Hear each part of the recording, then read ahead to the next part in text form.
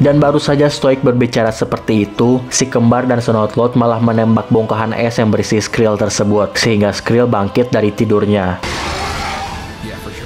Dengan lantang, Hiccup menantang Dagur dengan Skrillnya untuk bertarung 1 lawan 1. Di saat ada kesempatan, dia menyuruh Toothless menembak. Namun sayangnya, Skrill dapat menahan tembakan Toothless, karena Skrill ternyata diambil oleh Dagur. Kala itu Alvin meminta Dagur untuk mengembalikan, namun ternyata tiba-tiba datang panah api dari atas. Dari situ Hiccup menyadari jika itu merupakan sebuah jebakan. Assalamualaikum, apa kabar semuanya? Selamat datang di Ewok Story. Perkenalkan, saya karyawan magang baru di Ewok Story. Kali ini saya akan merangkum alur cerita serial How to Train Dragon Season 2, episode 13 dan 14. Untuk kalian yang belum menonton episode sebelumnya atau juga season sebelumnya, silahkan klik link di deskripsi agar kalian tidak kebingungan dengan tokoh dan juga permasalahan yang ada. Baiklah, tanpa basa-basi, yuk kita langsung saja ke alur ceritanya. Pagi yang cerah untuk jiwa kalian yang sepi. Kala itu, Hiccup dengan ditemani si kembar dan Fishleg sedang mencari keberadaan Screaming Dead dengan mengecek setiap pulau apakah pulau yang berada di petanya masih ada atau sudah hilang. Hal tersebut dilakukan karena Hiccup berniat untuk mengalahkan Screaming Dead sebelum Screaming Dead menyerang Berg. Pada saat itu, pencarian Hiccup berujung di sebuah pulau Chengwing. Mereka mendengar suara aungan dari naga. Betapa terkejutnya mereka tak kala melihat naga yang mengerang tersebut ternyata seekor Squall-Drone yang tidak bisa terbang atau berenang disebabkan salah satu sayapnya yang tertimpa batu. Hiccup dan teman-temannya lalu menghampiri Squall-Drone tersebut. Kala itu, Fishleg memberitahu jika naga air seperti Squall-Drone akan mati kekeringan jika berlama-lama di daratan. We have to help him. Perhaps I need to remind you. Nah, oleh sebab itu, mereka pun berniat untuk menolongnya. Di saat Hiccup berjalan untuk menenangkan Squall-Drone liar tersebut, sayangnya Hiccup malah diserang karena Squall-Drone mengira jika Hiccup adalah sebuah ancaman. Hiccup berdiskusi dengan si kembar dan Fishleg mengenai cara agar Squall-Drone mengira jika mereka adalah temannya. Lalu Fishleg pun mempunyai ide di mana dia dan si kembar akan menyiramnya dengan air. Hal tersebut dilakukan agar Squall-Drone tidak kekeringan, mengingat kulitnya yang sudah mulai mengering. Tapi sangat disayangkan, hal tersebut tidak berjalan dengan lancar. Bahkan, teriakan Fishleg dan Tafnat membuat sekelompok Chengwing di pulau tersebut mendengarnya dan menghampiri keributan tersebut. Singkat cerita, karena memang Squall-Drone susah sekali dikendalikan, mereka pun menyerah untuk menolongnya. Hiccup beserta yang lainnya memutuskan naik ke naga mereka masing-masing lalu berniat akan pergi. What is it, bud?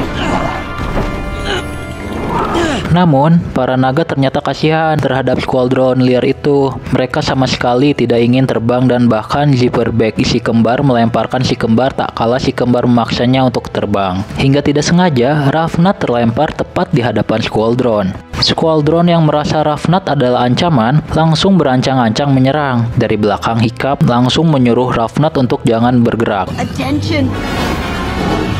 Bahkan Zipperback si kembar yang merasa bersalah langsung bergegas menghampiri Rafnat, namun sayangnya Squall-Drone langsung menembakkan air panasnya. Hiccup kali itu berusaha menenangkan Balf dan Belch agar Squall-Drone tidak menjadi panik dan menyerang Rafnat. Tetapi hal yang aneh pun terjadi. Squall-Drone liar itu terlihat menyukai Rafnat. Dia mengendus-ngendus rambut Rafnat. Hiccup dan Fishleg pun sampai kebingungan dengan apa yang Squall-Drone lakukan. Hingga kemudian Tafnat bilang jika Rafnat sering melumuri rambutnya dengan minyak ikan.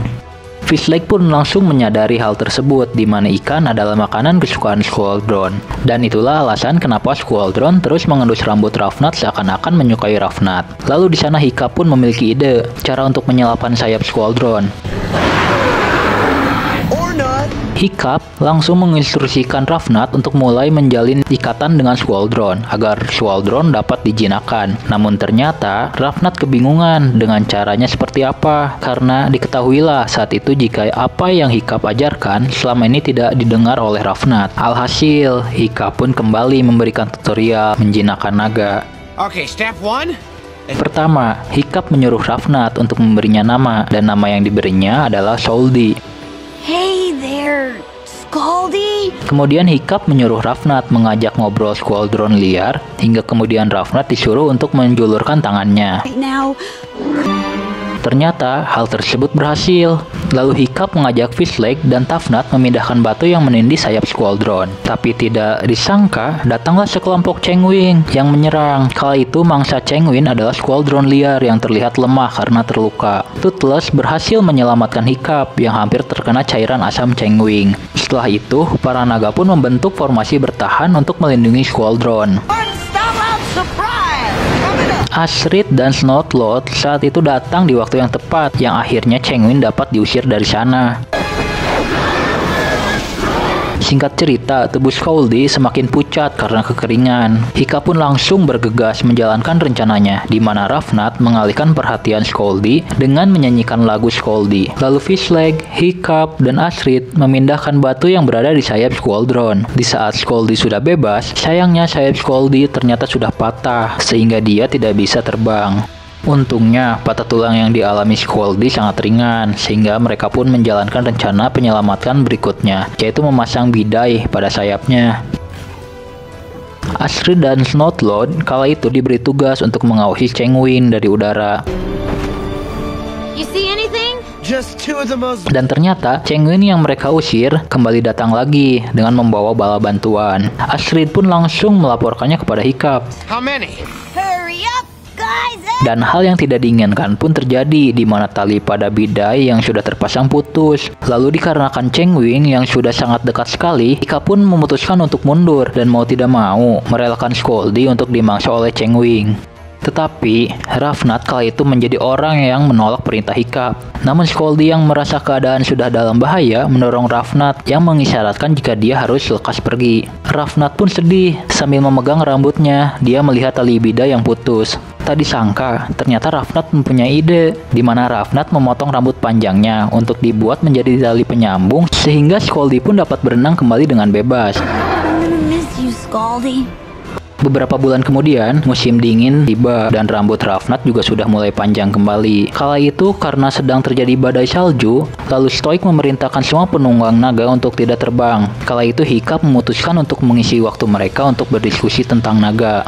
Di tengah-tengah percakapan mereka, tiba-tiba Stoik datang. Dia memerintahkan Hiccup untuk pergi mencari Johan, yang kemungkinan tidak bisa mencapai Berg karena lautan membeku. Lalu dengan senang hati, Hiccup pun menerima tugas tersebut.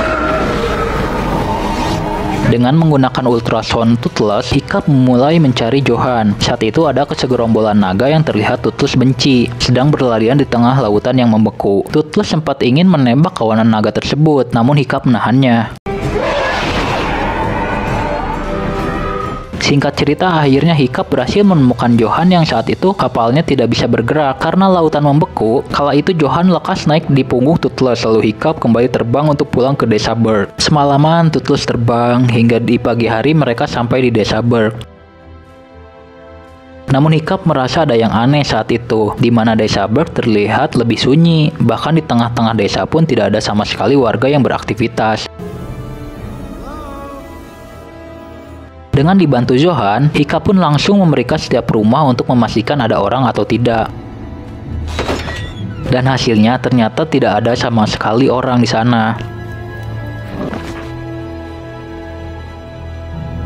Hingga kemudian Hiccup melihat sedikit pergerakan dari salah satu rumah, lalu dia pun masuk ke rumah tersebut untuk memeriksanya. Hiccup diterjang dari atas hingga pingsan. Lalu di saat dia tersadar, ternyata itu adalah Fishleg. Hiccup menanyakan kepada Fishleg sebenarnya kemana perginya orang-orang. Fishleg pun menceritakan apa yang kemarin terjadi pada desa Berg. Semua berawal di saat malam tiba. Kala itu, datang sekelompok naga yang sangat cepat dan juga menyengat. Mereka bergerak secara kelompok mengikuti pemimpinnya. Lalu serangannya dapat membuat manusia dan naga lumpuh seketika. Yang para naga incar itu adalah makanan-makanan warga serta hewan ternak warga. Saat itu juga, lalu Stoik menginstruksikan seluruh warganya untuk berlindung di teluk kecil. Hiccup menanyakan kepada Fishleg kenapa kembali ke desa Berg seorang diri. Fishleg pun menjawab jika dia kembali karena ingin membawa Midlag yang sedang lumpuh karena menyelamatkan para warga. So majestic. Hiccup dan Johan pun lekas membantu Fishleg membawa Midlag. Fishleg sempat membahas jika naga penyengat tidak ada di dalam buku tentang naga ataupun catatan Berg hingga dipastikan pulau tempat mereka berada sudah pasti di luar jangkauan Berg. Lalu yang membuat bingung adalah bagaimana bisa naga penyengat yang tidak bisa terbang serta berada di pulau yang sangat jauh di seberang lautan bisa sampai ke desa Berg. Seketika, Hika pun langsung menyadari jika kumpulan naga yang berlarian sore kemarin ternyata naga penyengat yang menuju ke Snoggletog. Hika pun langsung memberitahu Fishlake jika lautan sedang membeku dan itu penyebab para naga penyengat dapat menyeberang ke berbagai pulau. Singkat cerita, Hiccup bersama Fishlake, Johan mendatangi Teluk. Saat itu Hiccup sangat kecewa, tak kalah melihat para warga termasuk ayahnya yang sudah lumpuh. Saat itu teman-teman Hiccup yang terkena sengatan hanyalah Snotlord. Si kembar pun tidak menyanyiakan momen di mana Snotlord tidak bisa bergerak. Stop hitting yourself! Stop hitting yourself! Stop hitting yourself! Sambil menggambar bentuk naga penyengat di bawah ayahnya, Hiccup memiliki sebuah ide. Dia pun langsung mengumpulkan teman-temannya. Hiccup pun menjelaskan rencananya di mana dia akan menangkap pemimpin dari naga penyengat lalu akan menggiringnya pergi dari pulau. Karena yang seperti Fishlake jelaskan bahwa naga penyengat bergerak hanya malam hari dan mereka mengikuti pemimpinnya. Kala itu Midlug dan Snotlord sudah bisa mulai bergerak. Hiccup sempat menyuruh Snotlord untuk beristirahat sampai dia pulih. Namun Snotlord bersikeras ingin membalaskan dendamnya karena sudah disengat. Dia pun menyuruh anak buahnya, Gustav, untuk menjadi asistennya. Snotlout Jorgensen reporting. I'm Snotlout's arms and legs, Hiccup. Singkat cerita, Hiccup mulai menjalankan rencananya. Mereka membagi tugas untuk mengecek setiap gua yang berkemungkinan dipakai untuk naga penyengat bersembunyi di kala siang hari. Karena masih linglung, Fishlake sempat terjatuh dari Midlug. Dan Snotlord malah cekcok dengan Gustav. Singkat cerita, Hiccup meminta laporan dari semuanya. Saat itu mereka semua tidak menemukan para naga penyengat di gua yang mereka cek. Hingga kemudian, Snotlord akhirnya mengaku jika dia tidak sempat mengecek guanya karena jatuh dari Hook Fang yang disebabkan cekcok dengan Gustav. Lalu Hiccup pun menyimpulkan jika naga penyengat sudah pasti berada di gua yang tidak Snotlord cek. Dengan membawa sebuah kurungan, mereka pun menghampiri gua Snotlord. Di sana ternyata prediksi Hiccup benar. Lalu Fishlake pun menunjukkan si pemimpin naga penyengat kepada Hiccup. Kala itu Hiccup tidak membuang-buang waktu dan langsung menembakkan tali dari perisai customnya. Namun sayangnya, karena saat itu matahari mulai terbenam, sang pemimpin pun bangun dari tidurnya.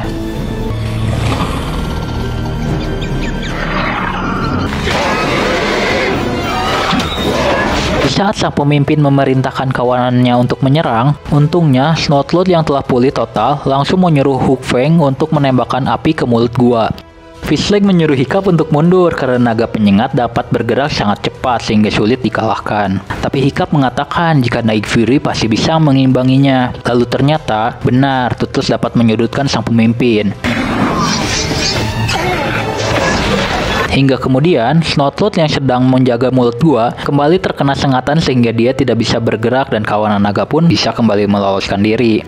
Hiccup pun langsung bekerja sama dengan Astrid untuk menangkap si pemimpin. Kala itu, kerjasama Hiccup dan Astrid serta Stoik yang ternyata sudah pulih lalu ikut membantu berhasil menangkap si pemimpin dan membuat kawanan naga penyengat diam. Stoik langsung memerintahkan Hiccup dan teman-temannya menggiring naga penyengat menjauhi desa. Astrid pun bertugas membawa sang pemimpin yang terkurung. Kala itu, kawanan penyengat berlari mengikutinya dan Hiccup menembaki mereka agar tidak menyerang Stormfly. Namun sayangnya, Hiccup malah kecolongan. Salah satu naga penyengat ada yang berhasil menyerang Stormfly sehingga dia pun lumpuh.